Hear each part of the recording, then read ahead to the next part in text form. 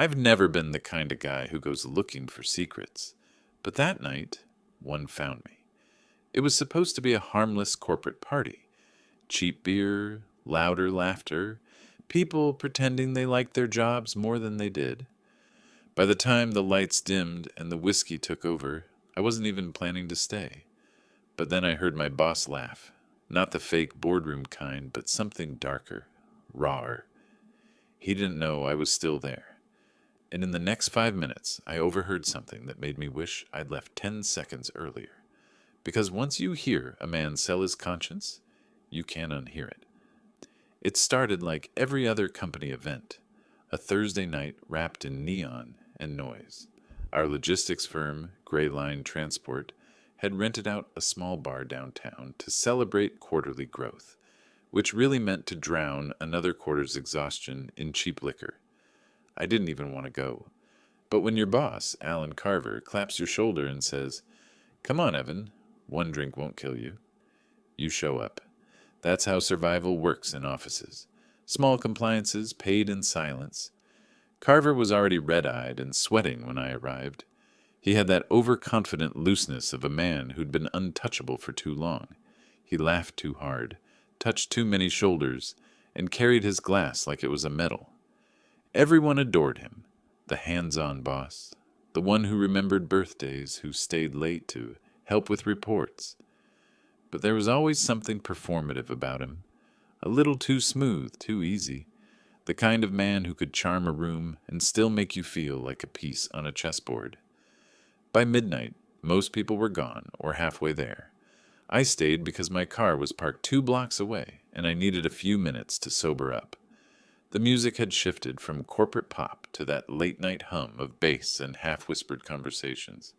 The bartenders were cleaning glasses. I remember the smell. Old wood, spilled whiskey, and the faint trace of rain outside. That's when I heard his voice. Low, gravelly, laughing. "You think they'll catch it?" I glanced toward the back corner, a dim booth half hidden by a curtain. Carver was sitting there with 2 men I didn't recognize. They didn't wear badges or ties, and one had the kind of stillness that only comes from knowing you're the most dangerous person in the room. The conversation wasn't loud, but the words cut clean through the noise. "The auditors won't find a thing. The invoices match. The signatures are buried. You sure your guy can keep quiet?" Carver exhaled, smug. He thinks it's a bonus project. I'll feed him a number and he'll stamp it. Simple as that. Something about the tone froze me. My glass hovered halfway to the sink. Bonus project. Stamp it. I stayed still, pretending to text. The way you do when you don't want to be noticed. But every nerve is alive. Then came the sentence that made the air shift. "If anyone talks," one of the men said, "we'll make it look like a clerical screw-up. Paper trails burn cleaner than bodies." They laughed. Quick, mean laughter. Carver's included. I felt it in my chest like a wrong note. I didn't hear everything after that. My brain had started recording in panic mode, piecing fragments together. Contract diversions, fake vendors, ghost accounts, all built into a shipment route I'd personally approved 2 weeks ago. My stomach turned cold. It wasn't just dirty business. My name was already inside the files. I stepped back, slow, praying the floor wouldn't creak. Someone dropped a glass at the bar, and the crash gave me cover. I left through the side door into the alley, heart hammering so loud I could taste it. The night air was sharp. I stood under a flickering streetlight, trying to process what I'd just heard. The city sounded distant, a siren somewhere far off, rain on metal, the low hum of a generator. I checked my phone. 12:37 a.m. I almost texted someone. Anyone. But who do you call when your boss just confessed to a crime? Instead, I walked home in silence. Every step felt like I was dragging something invisible behind me, a secret too heavy to carry but too dangerous to drop. When I reached my apartment, I poured water into a glass and stared at the condensation forming. My reflection in the window looked like a stranger, wide-eyed, tense, waiting for something to explode. I didn't sleep. The words replayed over and over. "He thinks it's a bonus project. He meant me. He had to.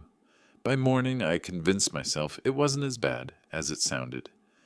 Maybe I'd misunderstood. Maybe the drinks made it sound worse. Maybe. But when I walked into the office, Carver was already there. Earlier than usual, standing by the coffee machine, tie straight, eyes sharper than I'd ever seen them. He smiled when he saw me.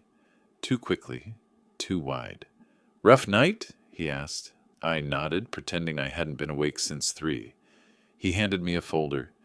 "Need you to recheck those shipment reports from last month. Make sure all the signatures align." His voice was casual, but his gaze wasn't. I took the folder.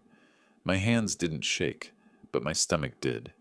Inside were the exact invoices I'd approved, the ones he'd mentioned in that booth. My name, printed clean at the bottom of each page. He leaned closer, almost friendly. "Let's make sure everything's tidy, yeah?" I forced a smile. "Of course," he patted my shoulder. "Good man." And then he walked away. I watched him disappear down the hallway, his reflection breaking across the glass panels, like a cracked mirror. That was the moment I understood something simple and final. He knew. Maybe not how much, maybe not what I'd heard, but enough to start closing in. The hum of the office felt wrong. Every printer sound, every phone ring too sharp. My name in his mouth the night before, the folder in my hands now. It all aligned into one quiet truth. I wasn't an employee anymore. I was a liability. And by the time the clock hit noon, I knew something had changed. Everything had. I told myself I was overreacting. That was the first lie. By noon, I'd gone through the folder twice. Every document had my initials neat in the corner, my signature at the bottom, my timestamp on the system logs. On paper, I was the guy who had approved it all. On paper, I was the one who missed anything wrong. The problem was I remembered those days. I remembered the rush, the late emails, the, "Hey, Evan, can you just push these through before close of business?" from Carver's office. I remembered him leaning on my desk with that friendly half-smile and saying, "Trust me, it's all cleared. Just need your sign-off so we don't miss the truck." At the time, it felt like being valued. Now it felt like someone had been slowly building a cage with my name on it. I closed the folder and stared at the wall of my cubicle. Gray fabric, a faded printout of the route map, a post-it with a phone number I didn't need anymore. Ordinary things. Just then, ordinary felt fake. "Hey, man." I looked up. It was Luis, the guy from IT I'd shared bad coffee with for 3 years. He leaned on the divider, eyes flicking to the folder. "Carver have you chasing ghosts too?" I tried to make my voice casual. "He wants me to recheck last month's shipments." Luis whistled under his breath. "Huh. Weird. He had me pull access logs from that same period this morning." The back of my neck prickled. "For who?" "Didn't say." He shrugged. "Just gave me a date range and said to export them for his records. Real urgent. Real confidential." He tapped his knuckles on the cubicle wall and walked away, humming off key. I thought the dangerous part was what I'd heard last night. I was wrong. The dangerous part was what he was doing now. Around 2, Carver called a quick sync in the glass conference room overlooking the floor. He liked meetings with glass walls. You could see everyone pretending not to look. There were 8 of us. Team leads, a couple of analysts, me. He stood at the head of the table, sleeves rolled, tie loosened, just enough to say, "I'm on your level," without meaning it. "All right, people," he began, voice easy, practiced. "Just wanted to get us aligned. We've got a routine compliance review coming up next month. Nothing dramatic, standard regulatory stuff. But I want us extra tight this quarter." Routine. He said it like the word meant safety instead of danger. He scanned the room, pausing on each face just long enough. When his eyes landed on me, something narrowed for half a second before smoothing out. "So," he continued, "I'm going to be asking for some reports, some rechecks. Don't read into it. Just want to make sure we're not giving the auditors any loose threads to tug on." He smiled. A couple of people nodded automatically. "Evan," he said, You're already looking at last month's data, yeah? Yeah, I answered. You asked me this morning. Good. He nodded like I'd given exactly the right answer. You're detail-oriented. I trust your eye. If anything looks off, even a tiny discrepancy, I want you to bring it straight to me, not send it around. We'll filter what needs to go forward so we don't drown people in noise. Filter. That was a nice word for Barry. Questions? He asked. There were none. There never were. In our department, questions lived in closed mouths. Meeting adjourned. Chairs scraped, people filed out. As I gathered my notebook, Carver touched my elbow just enough to make it personal. Walk with me, he said quietly. We stepped into the hallway. The glass walls made everything feel like a fishbowl. How are you feeling? He asked. You look tired. Long night, I said. He chuckled. Yeah, I saw you at the bar. You Irish goodbyed on us. I kept my face neutral. Had a headache? Sure. He studied me, head tilted slightly. Hey, just between us. You know you're one of my guys, right? You've always been solid. Loyal. That word made my stomach twist. Loyal to who? He lowered his voice another notch. Right now, loyalty matters. The kind of loyalty where we keep internal issues. Internal. There it was. No accusation, no direct threat. Just a line drawn in invisible ink. I'm loyal to the work, I said slowly, and to the truth of the numbers. That's my job. For a split second, his jaw tightened. Then the smile snapped back on. Of course. That's why I like you. He patted my shoulder and walked away, whistling something tuneless. He'd just let me know he was watching. I just let him know I wasn't completely his. We both heard the subtext. By late afternoon, the office felt like it had a second layer over everything. The version you see and the one you feel. I opened the shipment database and pulled up the same reports he'd handed me on paper. The numbers matched, but the vendor names didn't sit right. One of the companies, Northline Solutions, rang no bells. No history in our system before that quarter. Big invoices, vague descriptions, consulting logistics coordination, route optimization services. Enough corporate gibberish to hide anything. I opened a browser and searched them.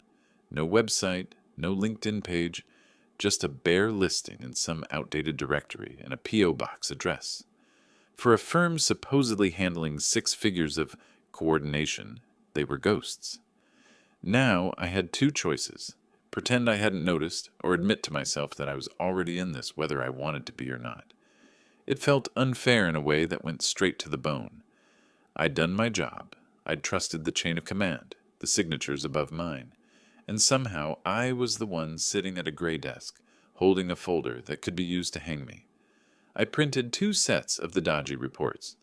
One went back into Carver's folder. The other I slid into my backpack, between my lunchbox and a half-broken umbrella. My heart was hammering like I was stealing, even though it was just paper with my own name on it. For the first time that day, I felt a small sliver of control. Thin, fragile, but real. At 5, most people packed up. Screens went dark, chairs rolled back. The usual end-of-day migration, I stayed. I watched Carver walk past my cubicle on his way out, coat over his arm, phone to his ear. Yeah, we're clean, he was saying, voice low. I've got someone scrubbing the numbers already. No, he's not a problem. He doesn't even know what he's looking at. He didn't look at me as he passed. He didn't have to. The message was loud enough. They thought I was blind. They were counting on it. I sat there another 10 minutes after the door shut behind him. The office at night always felt different, like the building exhaled when people left. The hum of the AC, the glow of exit signs, the faint buzz of machines that never really turned off. I opened my email and drafted a message to myself on a personal account I barely used. Subject line, backups. No details, just a couple of attached PDFs and spreadsheets. I hesitated over the send button, thinking about system logs, about Luis and his access pulls. Then I remembered Carver's laugh in that booth. Paper trails burn cleaner than bodies. I hit send. Walking home, the city felt sharper, more defined. The streetlights, the bus exhaust, the sound of someone arguing on a balcony 3 blocks up, all of it too clear. What bothered me most wasn't that my boss was dirty. It was that he'd used my trust like cover. He got rich. I got project ownership. It took until I was standing in my kitchen, staring at the same cheap cabinets as every other weeknight, for the second realization to land. If he was already pulling logs, already tightening the circle, he wasn't just preparing for some vague future audit. He was preparing for something sooner. And if he'd chosen me as his guy on paper, somebody else out there already had my name on a list. I didn't mean to become someone who documents everything. Screenshots, copies, backups in places even I'd forget about. But when a man like Carver quietly places your name at the base of his pyramid, you start counting every stone above your head. The next morning began with an email that didn't read like trouble at first glance. Evan, please meet me in my office at 9. Quick alignment. Alignment. That word again. The polite cousin of interrogation. I walked in at 8:59. He didn't look up right away. He kept his eyes on his monitor, long enough to feel intentional. His office was too neat, too staged. A shelf of fake leadership books, a framed photo of a golf course, not even a coffee ring on his desk. No real life. Just curation. Finally, he leaned back, folding his hands over his stomach. Mornin'. Shut the door, yeah? There was that moment, the click of the door, that felt like dropping into a pool of cold water. He nodded toward the chair. So, he said, I looked over the reports you reviewed. Appreciate the speed. Sure, I answered, still digging through a few discrepancies. He smiled without softness. Discrepancies? I kept my tone mild. Vendor data. Timeline overlaps. Nothing huge. I just want to make sure everything's clean before it hits the auditors. A single beat, his jaw working once. Then, good instinct. But listen, don't get stuck in the weeds. We're dealing with imperfect systems here.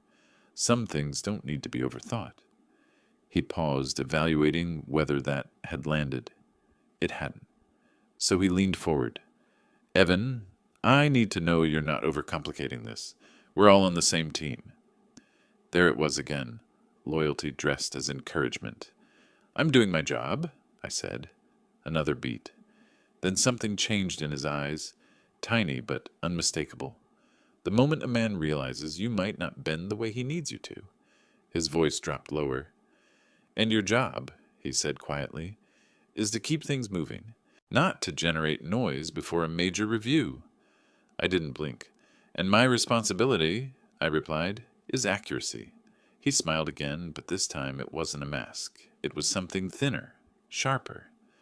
Accuracy, he repeated, can be interpreted many ways.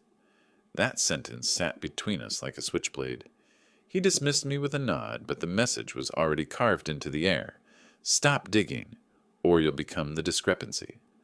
I walked out, feeling like the floor under the carpet had shifted. But that was just the beginning. At lunch, Luis slipped by my desk, dropping a flash drive disguised as a novelty keychain. Find anything good lately? He murmured. I gave him a tight look. What is this? Yesterday's access logs, he said softly. Carver didn't ask for the raw file. He asked for an export. This is the raw one. Why are you giving it to me? He shrugged. You didn't hear it from me. But 2 people from legal were in his office this morning. He closed the blinds. That sentence chilled me more than anything Carver had said. Legal didn't come early unless somebody was preparing a shield or a scapegoat. I opened the flash drive after Luis left, and suddenly everything connected. Carver had accessed my folders 5 times in the past 48 hours. He'd copied shipment reports I hadn't touched in months. He'd printed emails I didn't remember sending. He'd exported financial summaries with my credentials. Credentials Luis confirmed were used after I'd logged off the night before. Someone was forging my digital trail. I wasn't just a liability now. I was the designated fall guy. A pressure built in my chest. Not panic, not fear. Something colder. a clarity sharp enough to cut through every lie Carver had fed me over the years. I finally understood. He didn't want loyalty. He wanted cover, and he thought I'd never fight back. That night, I didn't go straight home. I went to my brother's empty workshop, quiet, dusty, full of half-finished furniture and the comfortable hum of tools resting. I locked the door, turned off my phone, and pulled out everything I had. Printed reports, email backups, USB logs, screenshots, recorded notes from memory. I laid them out like puzzle pieces. And the picture they formed wasn't just shady bookkeeping. It was a full-blown embezzlement web running straight through falsified vendor accounts, millions flowing into shells, contracts written to ghosts, and my name attached to half the approvals. But Carver's mistake, the fatal one, was assuming I'd go down quietly. I learned something about myself in that dusty workshop. I stopped being passive the moment someone tries to bury me. That night, I stopped being the hero. Heroes follow rules. I had to survive. I organized everything into 2 folders. Folder A, clean evidence package. Folder B, the insurance copy. Then I encrypted both, password long enough to outlive the sun. I sat there in the dim light, listening to the tick of the workshop clock, tasting metal at the back of my mouth. The plan formed slowly, piece by piece. Not dramatic, not reckless, just inevitable. When an audit is coming, departments prepare for weeks. But when a whistleblower sends documents directly to the Auditing Commission's secure portal at 2:13 a.m., stamped with metadata that traces every fraudulent invoice back to its architect, preparation doesn't matter. I submitted folder A, no signature, no name, just truth, wrapped in undeniable detail. And then silence, the kind that means something's gone wrong for someone. Not for me, for him. The next day, chaos didn't arrive with noise. It arrived with 3 people in suits walking past reception without signing in. The auditors. Early, unannounced, 2 weeks before schedule. Someone upstairs murmured, "Why are they here?" But I knew. Carver's door opened fast, too fast, when they knocked. His smile was wide, but his throat was tight. Even from across the floor, I could see it. The man who always controlled the room couldn't control this. 10 minutes later, his voice boomed through the glass walls. Then quiet. Then more voices. Then nothing. People stared, whispered, pretended to work. My inbox pinged once. A meeting invite from auditing. Please be available later today. Not a warning, not a threat. A confirmation. They thought I was gone. I wasn't. The building didn't feel the same that morning. Not hostile, not tense. Just holding its breath. I sat at my desk, pretending to review a shipment timeline when a woman from the auditing team approached. Calm face, notebook in hand. The kind of posture people have when they already know the truth and just need you to confirm it. "Evan, do you have a moment?" I nodded, stood, followed her into a small conference room with no windows. 2 more auditors waited inside, one typing, one watching me with the kind of steady patience that tells you they already traced every wire before you walked through the door. They offered me water, a polite gesture, too polite. "We'd like to ask a few questions about last quarter's vendor contracts," the lead auditor said. I didn't lie, not once. I told them when I'd been asked to sign off, how the invoices were presented, what Carver had requested, what I overheard that night at the bar. Not exaggerated, not dramatized, just the truth, exactly as it happened. Every word felt like a weight sliding off a steel rack. Not relief, just precision, like filing something into the right drawer after months of chaos. At the end, the lead auditor closed her notebook and said quietly, "Thank you. This was consistent with the evidence we've already received." Consistent. They already had everything. My confirmation wasn't the spark. It was the final nail. When I stepped out of the room, the office was too still. Conversations hushed. Screens idle. People pretending not to stare at Carver's closed office door. Then it opened. 2 security officers walked in, followed by HR. Carver walked out. No handcuffs, no shouting, just a rigid face, a briefcase he never usually carried, and eyes that wouldn't land on me for more than half a second. He looked smaller, not weak, just stripped of whatever invisible armor he'd been wearing all these years. He passed my desk as they escorted him to the elevator. His eyes flicked toward me, a single sharp glance. Not hatred, not fear, recognition. He finally understood that the trap he built around me had collapsed back onto him. That the quiet guy at the edge of the room, the one he expected to fold, to freeze, to forget, hadn't been asleep at all. He stepped into the elevator, the doors slid shut, and the office exhaled all at once. Someone whispered, "What just happened?" Someone else muttered, "About time." I didn't say anything. I just sat down and let the silence settle. By noon, HR called me in, not for reprimand, for protection. "We want to be very clear," the director said. "You're not implicated. The auditors identified fabrication of your credentials. You're considered a cooperating witness." Witness. The word tasted strange, heavy, but clean. They offered me two things. 1, a written statement clearing my name. 2, the choice between staying with a promotion or a severance package with a glowing reference. Most people in my situation would take the promotion. Security. Victory. A chance to rebuild. But I'd spent too long holding my breath in those glass rooms. "I'll take the severance," I said. The director blinked, surprised. "Are you sure?" "Very." I left the office that day with a cardboard box under my arm, a plant, a notebook, a couple of pens. Nothing dramatic. No applause. No music. No cinematic goodbye. Just a clean walk to the elevator and a sense of space opening in front of me. Outside, the air felt different.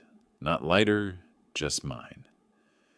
The following week moved like water.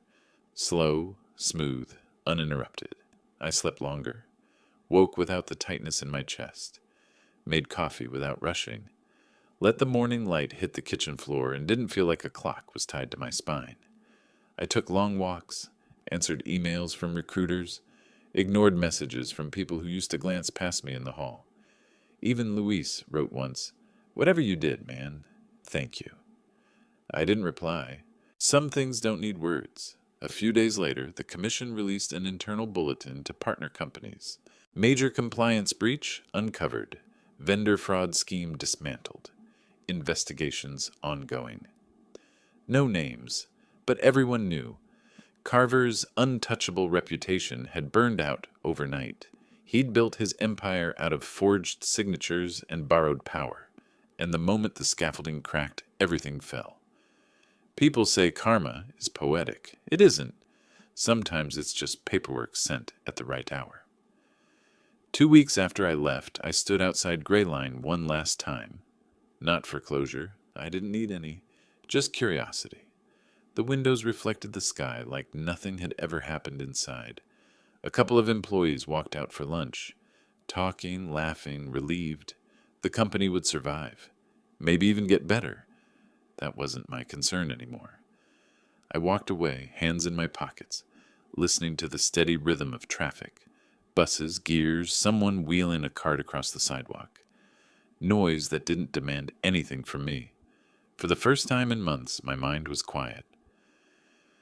3 months later, I started a new job at a smaller firm.